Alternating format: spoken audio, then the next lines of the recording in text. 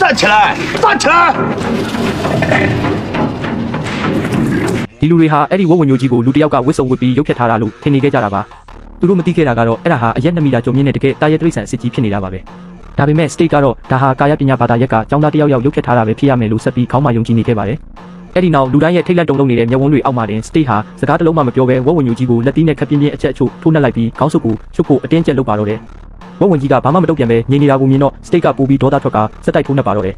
သူမရိပ်မိခဲ့တာကတော့ဒီလိုရက်ကဝက်ဝင်မျိုးကြီးကိုအဆုံးစွန်အထိဒေါသပေါက်ကွဲသွားစေခဲ့ပြီဆိုတာပါပဲ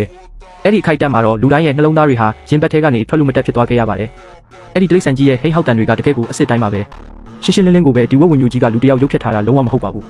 စတိတ်လည်းအခြေအနေအမှန်ကိုရိပ်မိသွားတဲ့အချိန်မှာတော့အလွန်မင်းထိတ်လန့်တုန်လှုပ်သွားပြီးတိရစ္ဆာန်ထိမ့်သိမ်းဆောင်ရှောက်ရေးလူငယ်စီကိုအမြန်လှည့်ကြည့်လိုက်ပါတယ်ပေါကသူ့ကိုချက်ချင်းပဲအမြန်ပြေးဖို့လက်ဟန်ချေဟန်နဲ့အချက်ပြလိုက်ပါတယ်ဘာလို့လဲဆိုတော့အခုမှမပြေးရင်နောက်ကျသွားတော့မှမို့လို့ပါပဲစတိတ်ကတော့ဘာမှမဖြစ်တယ်လို့ပုံစံဖမ်းဖို့စူးစမ်းရင်းလက်တွေကိုဘောင်းဘီအိတ်ကထဲထက်ကခြေလမ်းနဲ့ငယ်လမ်းကြည့်ပေမဲ့သူ့ရဲ့ခြေထောက်တွေကတော့တရွက်တွေလိုတုံရင်နေခဲ့ပြီးသူ့ရဲ့ကြောက်စိတ်ကိုအထင်ရှားသစ္စာဖောက်ပြနေခဲ့ပါတယ်နောက်တစ်စက္ကန့်မှာတော့သူ့စိတ်ဓာတ်တွေလုံးဝပြိုလဲသွားပြီးသူ့ရဲ့ပုံရိပ်တွေကိုလည်းမငဲ့ကွက်နိုင်တော့ပဲမာနတွေကိုပါရိုက်ချိုးကအသက်လူပြီးပြေးပါတော့တယ်အခုချိန်မှာသူ့အသက်ရှင်ဖို့ကလွဲလို့ဘာမှမရည်ကြည့်တော့ပါဘူးသူဟာငိုတံပါကြီးနဲ့အော်ဟစ်ပြီးပြေးခဲ့ရပါတယ်ဘာလို့လဲဆိုတော့လွန်ခဲ့တဲ့မိနစ်ပိုင်းလောက်ကသူဘလောက်ပဲထောင်ထောင်မောင်းမောင်းနဲ့မာနာကြီးခဲ့ပါစေအခုချိန်မှာတော့သူဟာအဆုတ်ပြတ်ဆုံးပုံစံနဲ့တနာစရာကောင်းနေတယ်လို့ပါပဲ